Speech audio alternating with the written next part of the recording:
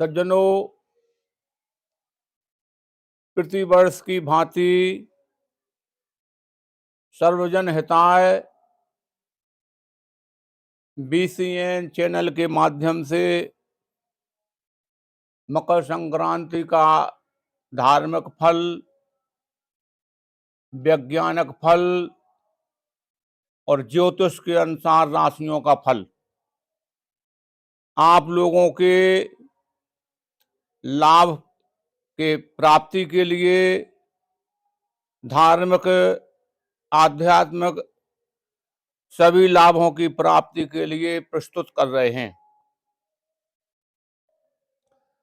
मकर संक्रांति का पर्व ऐसा पर्व है कि पूरे भारत में अनेक विभिन्न रूपों से हम लोग मनाते हैं। कहीं पर मकर संक्रांति, कहीं पर लोहड़ी, कहीं पर पोंगल, कहीं पर खिचड़ी, विभिन्न नामों से हम इस पर्व को मनाते हैं। इसलिए कि इस पर्व का बड़ा भारी महत्व है। मानस में भी बताया गया है, माघ मकर गति रवि जब होई, तीरथ पत ही आन सब कोई। भगवान सूर्य नारायण, प्रत्यक्ष नारायण मतलब भगवान का ही रूप हैं। जिस समय वो मकर राशि पे आते हैं, उत्तरायण हो जाते हैं और उस समय जो 8 घंटे का मुहूर्त होता है, उस मुहूर्त में हम लोग जो स्नान, जाप, देवताओं का पूजन, दान पुण्य करते हैं, उसका हमें अक्षय पुण्य फल प्राप्त होता है। मानस में ही बताया गया है कि जो वो 8 घंटे का जो मुहूर्त होता है, दरस परस अरु मज्जन पाना, कटहि पाप कहे वेद पुराना। उस समय भगवान का दर्शन, बूढ़े वृद्धों के चरणों का स्पर्श, गुरुजनों के, संतों के दर्शन, उनके चरणों का स्पर्श, और मज्जन माने स्नान। सत्संग का भी मज्जन होता है और जो नदियां हैं उनमें स्नान करने का मज्जन होता है। और नदी तक नहीं जा सकते हैं तो गंगा जल थोड़ा अपने जल में मिला करके उससे स्नान किया जा सकता है, तो अक्षय पुण्य की प्राप्ति होती है। वैज्ञानिक मत के अनुसार मनुष्य के हार्ट का पूरा संबंध सूर्य नारायण से है। जिसकी कुंडली में सूर्य वीक होता है, अधिकांशतः वो व्यक्ति, उनको हार्ट अटैक आते, हार्ट कमजोर होता है। और सूर्य जिनका प्रबल होता है उनको राजयोग, सांस की नौकरी मिलती है, उच्च पद भी मिल जाता है। तो सूर्य की शक्ति बढ़ाना, सूर्य को पॉजिटिव करना ही इस व्रत का महत्व है। अब ये मुहूर्त कब है, उस समय सूर्य की आराधना कैसे करें जिससे हमें लाभ प्राप्त हो, तो ये मुहूर्त 15 जनवरी सोमवार को सुबह 9:24 से शाम को 5:26 तक है। विभिन्न पंचांगों में, कैलेंडरों में विभिन्न मुहूर्त हैं, लेकिन ये टीकमगढ़ के सूर्योदय के अनुसार मुहूर्त बना करके आपको प्रस्तुत कर रहे हैं। जहां का जो पंडित पंचांग बनाता है वो वहां का मुहूर्त लिखते हैं, बनारस का है या नीमच का है या जबलपुर का। ये तो सूर्योदय विभिन्न स्थानों पे कुछ मिनटों का अंतर आ जाता है। तो ये टीकमगढ़ का जो समय है 9:24 से 5:26 सायंकाल तक का है, 8 घंटे का। इस टाइम में हमें तिल मिले हुए जल से स्नान करना है। तिल मिला हुआ जल सूर्य नारायण को चढ़ाना है। तिल होमम, अग्नि में तिल का होम, तिल का भगवान को प्रसाद, और तिल का और चंदन का तिलक तिल का दान, तिल का भोजन, खट तिल पाप नाशनम।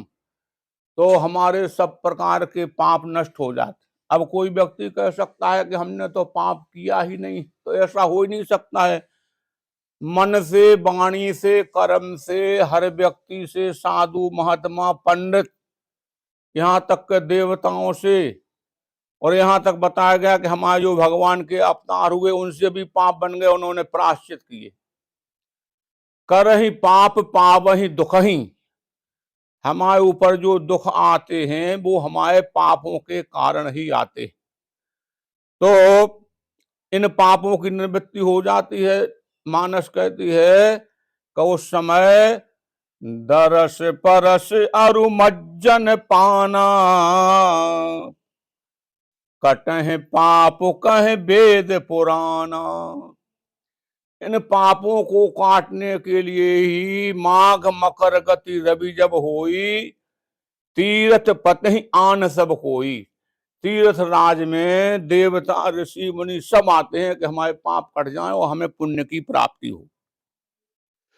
तो उस काल में सूर्य की आराधना, सूर्य का छोटा सा मंत्र तो कई है, एक छोटा मंत्र बता रहे हैं, ओम आदित्याय नमः।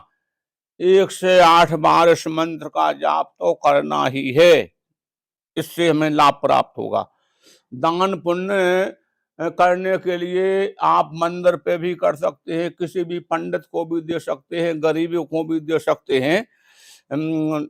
तो ये दान पुण्य भी हो जाए, जाप भी हो जाए, स्नान भी हो जाए और उसी का भोजन हो, जिससे जो है खास तौर से तिल के जो लड्डू बनते हैं उनमें गुड़ मिलाया जाता है, मेवा मिलाया जाता है, इसलिए कि तिल में बहुत अधिक विटामिन है। गुड़ में भी आयरन, कैल्शियम, फास्फोरस, जिंक, ये सभी पदार्थ से तिल में, गुड़ में पाए जाते हैं। तो तिल गुड़ का भोजन इसीलिए अच्छा बताया गया। धूप का सेवन, पतंग उड़ाई जाती है इसलिए कि धूप में घंटा 2 घंटा खड़े रहे, पतंग के माध्यम से शरीर में वो धूप पड़े हैं। तो धूप का सेवन, मंत्रों का जाप वैज्ञानिक रीति से भी लाभदायक है, धार्मिक रीति से भी लाभदायक। अब ज्योतिष के अनुसार मकर संक्रांति के इस टाइम में संक्रांति की कुंभ राशि है और 12 राशियों के अनुसार संक्रांति के अनुसार विभिन्न विभिन्न प्रकार के फल मिलते हैं, जिससे हमको वर्तमान भूष भविष्य सबका जो है लाभ प्राप्त होने का जो है हमको ज्ञान हो जाता है। मेष राशि 11वें चंद्रमा में है, सभी प्रकार के लाभ प्राप्त होंगे आप। वृष राशि 10वें चंद्रमा में है, आपके राजकार्यों में विजय, जो काम करेंगे वो आपके सफल होंगे। मिथुन राशि आपको 9वें चंद्रमा में है, भाग्य की वृद्धि, जो भाग कमजोर था उस दिन से अच्छा हो जाएगा। कर्क राशि है 8वें चंद्रमा में कष्टकारक, चौथा, 8वां, 12वां इनमें कष्टकारक होती है। इनको यात्रा नहीं करना है और शांत रहना है। अगर कोई बुरे बोलता है, गालियां भी देता है तो सुन लेना है। फिर इसके बाद सिंह राशि 7वें चंद्रमा में है, आपके कार्य सभी सफल होंगे। 6वीं कन्या राशि है, 6वें चंद्रमा में है, धन की प्राप्ति, लेकिन शत्रुओं से सावधान रहें। 7वीं तुला राशि है, 5वें चंद्रमा में है, संतान की तरक्की होगी और आपको सफलता मिलेगी। 8वीं वृश्चिक राशि है, 4थे चंद्रमा में है, वाहन सावधानी से चलाएं और गृह कलह से बचें, शांति का परिचय दें। फिर कन्या संतान सुख, वृश्चिक राशि को 4थे चंद्रमा में है, वाहन सावधानी चलाएं। धन को 30वें चंद्रमा में है, धन प्राप्ति। मकर को 2वें चंद्रमा में है, सफलता की देने वाली। कुंभ को प्रथम चंद्रमा में है, धन लाभ करना। और मीन को 12वें चंद्रमा में है, जो खर्चा कराती है, यात्रा ना करें, वाहन सावधानी से चलाएं।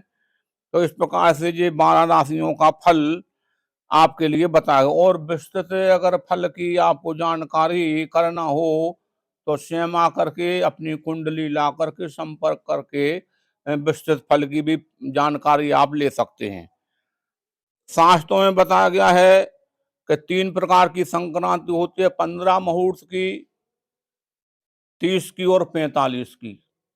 पूष के महीना में जब 15 मुहूर्त की संक्रांति होती है तो आनंदम सर्वलोकानां मंगलम गृहे गृहे, घर घर में मांगलिक काम होते हैं और देश में आनंद मंगल रहता है, फसलें अच्छी होती हैं, किसानों को, व्यापारियों को लाभ मिलता है। लेकिन कुछ महंगाई, पीली वस्तुएं और सफेद वस्तुएं ये कुछ महंगी होंगी, पशुओं के लिए कष्टकारक है, और वर्षा अच्छी होगी। तो इस प्रकार से मकर संक्रांति इस साल की अच्छा फल देने वाली है, व्यापारियों को, किसानों को और राजनेताओं को। और साल में धार्मिक कार्य होंगे, अभी से उसका देखो, धार्मिक कार्य का पहले से ही, संक्रांति के आने के पहले भगवान की अयोध्या में प्रतिष्ठा हो रही है। ये मकर संक्रांति का अच्छा आने का ही संकेत है। शास्त्रों में बताया गया है कि संक्रांति फलम श्रुत्वा गंगा स्नानम फलम लभेत। संक्रांति का जो फल सुनते हैं तो उनको गंगा स्नान का फल घर पे स्नान करने से ही मिल जाता है। तो आपने सुन ही लिया है, अपने रिश्तेदारों को, इष्ट मित्रों को ये संक्रांति का महत्व आप सुनवाएं, ताकि सबको मंगल की प्राप्ति हो, सभी को शुभ आशीर्वाद भगवान सूर्य नारायण की कृपा की प्रार्थना करते हुए अब हम इसको कथा का विश्राम करते हैं। बोलिए श्री लक्ष्मी नारायण भगवान की जय।